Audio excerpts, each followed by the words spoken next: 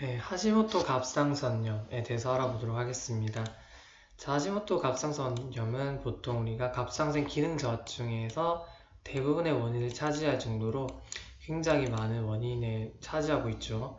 그리고 우리가 이거를 만성적인 림프구 침륜, 그렇죠? 크로닉 림포사이틱 사이로다이티스라고도 하는데요.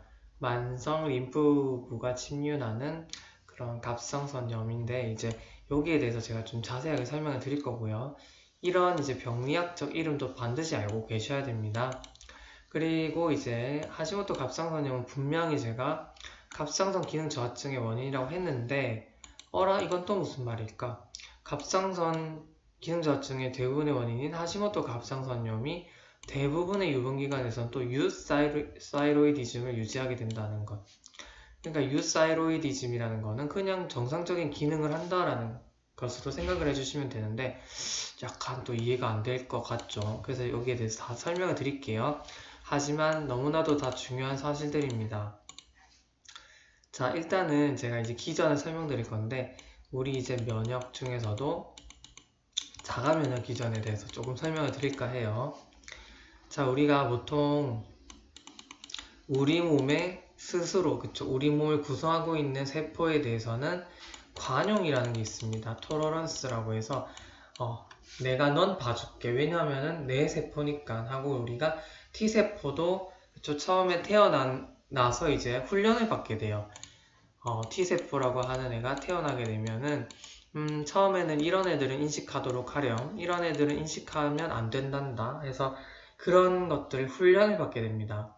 언젠가 제가 이런 것도 굉장히 이제 자세하게 얘기할 날이 올 텐데 어쨌든 이런 T세포가 충분히 훈련이 되면 이렇게 이제 그쵸 우리 몸속을 돌아다닐 수 있는 그런 훌륭한 군인의 역할을 하게 되겠죠. 감시 역할을 하게 되는데 자 근데 이거는 이제 우리 몸에 갑상선 세포 있죠. 이런 사이로이드 셀에 대해서 관용이 돼야 되는데 넌 갑자기 그쵸 오작동을 일으키는 겁니다. 어떤 T세포가 이제 갑자기 얘를 공격해야 될 대상으로 인식을 한다는 거죠. 그래서 널 공격하겠어 하고 이제 그걸 우리가 자가 면역이라고 하죠. 자, 그래서 우리가 CD4 T셀이라고 있는 게 얘는 이제 헬퍼 T셀로 생각을 하시면 되는데 그러니까 돕는 거죠. 어떤 이제 작용을 하는 보조적인 어떤 돕는 사람이라고 생각을 하시면 되는데 자, 일단은 CD8 T셀이라는 게 있고 또 우리가 B셀이라는 것이 있죠. B셀은 이제 항체를 분비하는 애죠.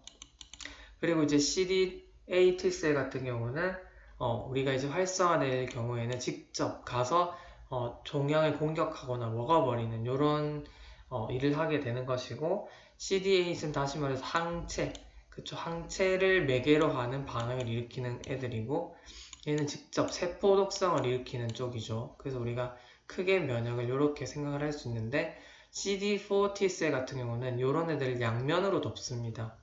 그래서 CD8 T셀 같은 경우가 활성화돼서 사이토톡식 T셀, 그쵸? T 림포사이트죠. 그래서 이제 그쵸? 말 그대로 세포 독성을 일으키는 T셀입니다. 그러니까 이렇게 이제 사이로이드 셀과 유사하게 생겼죠. 지금 그림이 공격받은 모습입니다. 그래서 얘를 죽여서는 안 되는데 그쵸? 관용이 풀리면서 얘를 죽여버리는 거죠. 에이포토시스를 시킨다든지 세포가 자살하게 만들고 또 얘 같은 경우는 형지세포죠. 형지세포가 이제 항체를 분비하도록 해서 항체 매개로 이렇게 괴사를 시키거나 하죠. 그러면서 우리가 이런 사이로이드셀, 갑상선 세포가 파괴가 되기 시작하는 거죠. 이게 바로 갑상선에서 생기는 이제 자가면역 기전을 그려놓은 그림입니다. 자, 그러면은 그래서 우리가 이제 이렇게 이제 갑상선 세포가 파괴가 됩니다. 처음에야 그쵸 괜찮다고 생각을 해요. 처음에야 뭐 하면 괜찮은데 그리고 어느 정도 진행이 되게 되면 우리가 이제 좀 더 이제 구체적으로 들어가 보면 림프구가 염증이 생기면서 림프구가 갑상선 여포 세포를 특히나 파괴하게 되는데 이렇게 파괴하게 되면 기능을 잃어버리면서 조직이 섬유화가 되어버립니다. 자, 그러면 이제 섬유화가 되면서 정상적인 분액이 깨지게 되겠죠. 점점 섬유화가 되면서 처음에는 뭐 그래 요 정도 파괴는 내가 뭐 견딜 수 있어 하다가 전체 중에서 점점 잠식이 되는 거죠. 그러다가 결국에는 말기가 되면 조금밖에 이제 그쵸 안 남겠죠. 이마저도 다 사라지게 되면 그쵸 T3, T4가 나오는 갑상선은 기능할 수가 없게 되고 T3, T4가 없어지니 그쵸 제대로 생성이 방출이 안 될 경우는 그쵸 이게 없으면 이제 갑상선 기능 저하증이 되는 거죠.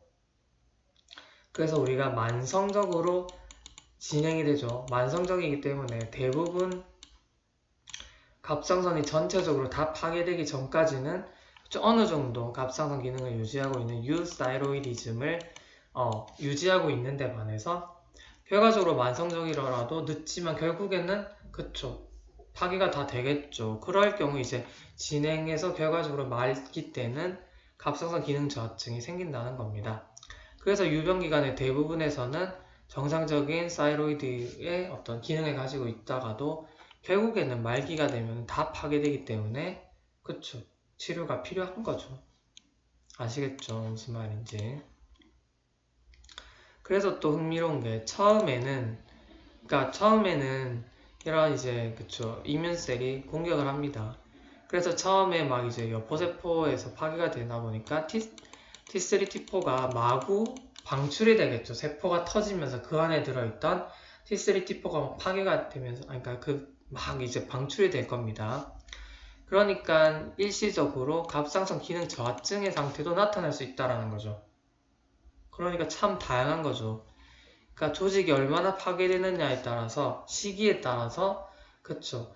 이해가 정상일 수도 있고, 갑상선 기능 항진이 될 수도 있고, 갑상선 기능 저하가 될 수도 있다는 겁니다. 아시겠죠? 참 재밌는 얘기죠. 자, 그래서 개념을 한번 정리해 볼게요. 이제 설명을 쭉 드렸죠. 그래서 자가 면역에 의해서 갑상선이 공격받는 만성적인 염증 상태로 그쵸 림포사이트가 관여된다, 침륜되고 만성화되기 때문에 천천히 진행되는 거죠. 그러면서 이제 세포 파괴에 따른 T3, T4 유리가 없다.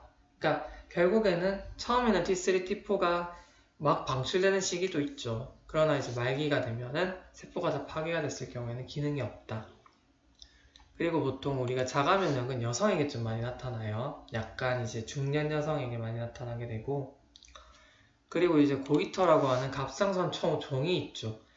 근데 이제 특히나 얘 같은 경우는 미만성 종대라고 해서 하나가 뻘떡 큰 왕 덩어리가 있는 게 아니라 여러 개의 덩이가 있는 멀티 노듈라처럼도 많이 생겨요. 그런 식으로도 하시모토의 특징을 기억해 주시고 딱딱한 특징도 있습니다. 그리고 이제 우리가 그쵸 아까 말씀드렸습니다. 갑상선이 파괴된 정도가 어느 정도에 따라서 항진이 될 수도 있고 저하가 될 수도 있고 정상소견일 수도 있다라고 말씀드렸고 대부분에서 정상소견을 가진다라는 것도 말씀을 드렸습니다. 물론 이제 그쵸 가족력의 어떤 유전 그런 이제 유전자도 중요하다라는 거고요. 그래서 이게 완전 빽빽하게 보이는 얘네들이 이제 엄청난 침륜이 되어 있는 거죠. 림포사이트가 무섭게 지금 침륜이 되어 있고 요거 같은 경우는 그쵸 이게 바로 고이터고 여러 갈래가 이렇게 그쵸 미만성으로 확장된 거죠. 이게 멀티 노듈라라고 생각을 할 수 있고요. 자 그리고 그쵸 제가 계속 말씀드렸죠. 임상현상은 시기에 따라 다양할 수 있다 라는 거 한번 읽어보시면 당연한 거고요. 자 그렇죠. 디퓨즈하다 갑상선이 하나로 볼록한 게 아니라요 불규칙하면서 단단한 특징이 있습니다. 자 왜 이러냐면요 그러니까 갑상선이 제 기능을 이제 못하죠. 그러면 이제 우리가 이제 피드백을 해서 TSH 같은 애들 야 분비 좀 해 너네 뭐 하는 거야 너네가 부족한 거 아니니 하면서 T3, T4가 부족하게 되면서 그쵸 이게 증가하는 거죠. TSH가 분비되면서 얘네를 먹이면서 그쵸 야 제발 좀 크자 하는 호르몬이잖아요. 그러니까 결과적으로 얘를 자꾸 촉진을 하게 되는 거고요. 그러니까 TSH가 얘네를 자꾸 그쵸 자극을 하게 되면 갑상선 자체를 자극하게 되니까 갑상선도 같이 조직은 커지는데 또 그쵸 기능은 계속 떨어지는 상태. 참 이상한 상태가 되는 거죠. 아무튼 이런 식으로 먹이는 애들이 계속 있으니까요. 갑상선 조직은 커질 수 있다라는 거죠. 자, 그래서 아까 이제 임상 중에서 대부분의 유병기관에서는 그쵸 유사이로이디즘을 유지하기 때문에 실제로는 갑상선 기능 저하증으로 오는 것보다는 그쵸 갑상선 종으로 내원하는 경우가 많다라는 것도 생각을 해줄 수가 있죠. 자, 그리고 이제 자가항체가 참 중요합니다. 왜냐하면 이건 이제 기전이 자가 면역이라면서요. 자, 우리가 안티-TPO라고 하는 게 있고 안티-TG라고 하는 게 있죠. 사이로이드 글로불린이죠. 사이로글로불린이죠. TPO라고 하는 거는 이제 우리가 이 두 가지를 합쳐서 안티사이로이드, 그쵸. 갑상선 자가항체를 대표적으로 두 가지라고 생각을 할 수 있어요, 그냥. 근데 이 안티-TPO라고 하는 거는 이제 우리가 마이크로좀에 대한 항체고 얘는 말 그대로 사이로글로불린에 대한 항체입니다. 그래서 결과적으로 이걸 다른 말로는 안티마이크로조말 안티바디라고도 하겠죠. 얘 둘이는 같은 말이고요.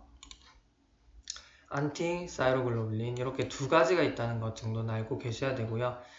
보통 이제 안티-TPO라고 많이 쓰는데 이게 이제 90%를 차지한다라는 거죠. 그쵸? 그리고 이거는 50% 정도를 차지한다. 그리고 그래서 이제 자가항체가 나타나는 게 굉장히 특징적이고요. T3, T4, TSH는 보통 왜냐하면 유사이로이드가 대부분이라고 했기 때문에 말기가 돼서야 그쵸 저하증의 형태인 TSH가 증가하고 얘네가 감소하지만 대부분에서는 호르몬 검사에도 정상이다. 얘네는 딱히 그쪽 그러니까 바이옵시 조직 검사 해보면 제가 방금 말씀드린 것처럼 그쪽 림프가 침류된 거 볼 수가 있는데 또 갑상선 스캔을 해서 우리가 그 얼마나 이제 흡수가 되는지 보는 게 있거든요. 근데 이 진단에는 별로 도움이 안 돼서 근데 제가 이제 기능 항진증에서 갑상선 스캔 설명을 드릴 거거든요. 일단은 여기서 기능 저하증에서는 별로 도움이 안 된다 아시면 되겠습니다. 그래서 분명히 이제 마이크로점이 뭔지 사이로글로빈이 뭔지 약간 궁금하셨을까봐 네이버에서 그리고 온 거거든요. 자, 이렇게 이제 세포가 있다고 하면은 여포상피세포가 여기 있습니다. 이렇게 여포상피세포로 되어 있는데 이 안에 마이크로좀이 있죠. 그래서 이 안에 들어있는 마이크로좀에 대한 항체가 TPO라 그랬죠. 안티마이크로조말 안티-TPO 안티바디다. 또 이제 사이로글로불린이라고 하는 건 이 안에 그쵸 여포 내에 있는데요. 이게 여포 상피세포고요. 여포 내 콜로이드라고 해서 이제 콜로이드가 보통 그쵸 그 티럭신에다가 아이오다인이 하나 붙어 있는 거죠. MIT나 뭐 DIT 이런 형태로 존재를 하는데요. 아무튼 이런 콜로이드 성분으로서 사이로글로불린이 있습니다. 거기 이제 그쵸 요드가 몇 개 붙어 있는지 다양한 형태로 존재하게 되는데 아무튼 여기에 해당하는 그쵸 사이로글로불린에 결합하는 그런 반응하는 항체가 안티-TG 안티바디라고 생각을 하고 요게 보통 90%가 나오고 요게 보통 50%가 나온다라는 거죠. 아시겠죠? 자, 그래서 치료를 볼게요. 치료는 제가 이제 갑상선 기능 저하증에서도 말씀을 드렸겠지만 레보사이록신이라고 해서 그쵸 없는 티록신을 보충해주는 치료를 하는 겁니다. 그래서 보통 공복 상태에서 복용을 해야 되고요. TSH 정상의 목표죠. 우리가 팔로우업 할 때는 특히나 이제 1차성 그쵸 갑상선 자체가 망가진 경우에는 TSH를 팔로우업 하면서 경과관찰을 해줘야 되는데 우리가 목표는 이제 정상 범위가 요 정도라고 하지만 그쵸 더 이제 좀 더 우리가 타이트하게 잡는 거죠. 4.25의 절반이라고 하면 2.125죠. 이런 식으로 TSH를 좀 더 이제 정상 수치보다 좀 더 타이트하게 조절해 준다는 겁니다. 아시겠죠? 그래서 이제 TSH가 높아질수록 저하증에 대한 가까운 상태니까 그쵸 좀 더 타이트하게 당겨주자 그 정도로 조절해주자 라는 겁니다. 그쵸 그래서 우리가 보통 프리티포 TSH를 같이 모니터링 해주면 좋고요. 임신기간에는 증량을 해준다라는 거죠. 왜냐하면 임신기간에는 우리가 태아가 있을 때 그렇죠. 티록신이 있어야지 신경계 영양에 이제 좀 그 발달을 잘 할 수 있기 때문에 특히나 또 우리가 그 TBG라고 하는 게 있거든요. 그쵸? 그 티록신 타고 다니는 배라고 해야 되나요? 그쵸? 그 바인딩 글로불린 같은 게 있는데 그런 애들이 더 늘어나게 되니까 그런 배가 늘어나게 되거든요. 그럼 여기에 이제 결합하겠죠. 얘네들이 티록신 같은 것들이 결합을 하게 되면 혈중에 또 자유롭게 돌아다니는 애들도 많아져야 되기 때문에 얘네가 늘어나게 되니까 얘네를 또 채우기 위해서라도 티록신이 높아져야 되고 혈중에 자유롭게 돌아다니는 프리티포라든지 이런 애들도 같이 늘려야 되겠죠. 그래야지 태아가 충분히 또 티록신 공급을 받고 면역 그런 어떤 신경 발달을 하겠죠. 그러니까 여러모로 임신 기간에는 증량하는 게 중요하다라는 겁니다.